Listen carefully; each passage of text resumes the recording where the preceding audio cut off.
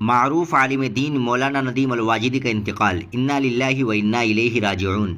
ممتاز عالم دین اور معروف علمی شخصیت حضرت مولانا ندیم الواجدی صاحب کا طویل علالت کے بعد امریکہ میں انتقال ہو گیا، انا للہ و انا الیہ راجعون۔ مولانا ندیم الواجدی 23 جولائی 1954 کو دیوبند، ضلع سہارنپور، ہندوستان میں پیدا ہوئے۔ ان کا اصل نام واصف حسین تھا، جو مشہور عالم دین حضرت حسین احمد مدنی نے تجویز کیا تھا۔ آپ کا تعلق ایک علمی خاندان سے تھا۔ ان کے والد واجد حسین دیوبندی اور دادا احمد حسن دیوبندی بھی بڑے علماء میں شمار ہوتے تھے۔ مولانا ندیم الواجدی نے ابتدائی تعلیم دیوبند میں حاصل کی اور قرآن پاک حفظ کرنے کے بعد دارالعلوم دیوبند میں داخلہ لیا، جہاں سے 1974 عیسوی میں فراغت حاصل کی۔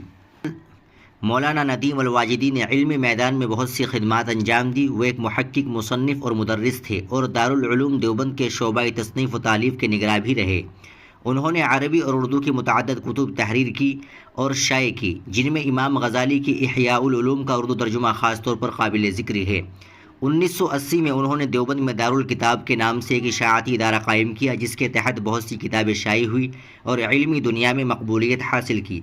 سن 2001 عیسوی میں مولانا ندیم الواجدی نے دیوبند میں معہد عائشہ صدیقہ للبنات کے نام سے پہلا رہائشی مدرسہ برائے خواتین قائم کیا، جو آج بھی کامیابی سے کام کر رہا ہے۔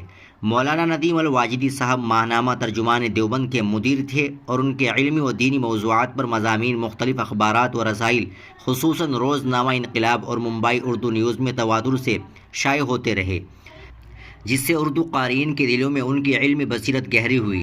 بتا دیں کہ مولانا ندیم الواجدی کے سانحہ ارتحال کی خبر ان کے فرزند اور معروف مبلغ مولانا مفتی یاسر ندیم الواجدی کی فیس بک پوسٹ کے ذریعے سامنے آئی، جس سے دینی و علمی حلقوں میں غم کی لہر دوڑ گئی۔ اللہ تعالیٰ سے دعا ہے کہ مولانا ندیم الواجدی کو جنت الفردوس میں اعلیٰ مقام عطا فرمائے اور ان کے پسماندگان کو صبر جمیل عطا فرمائے۔ ناظرین کرام، آپ اس ویڈیو کو زیادہ سے زیادہ شیئر کریں، لائک کریں، چینل کو بھی سبسکرائب کر لیں۔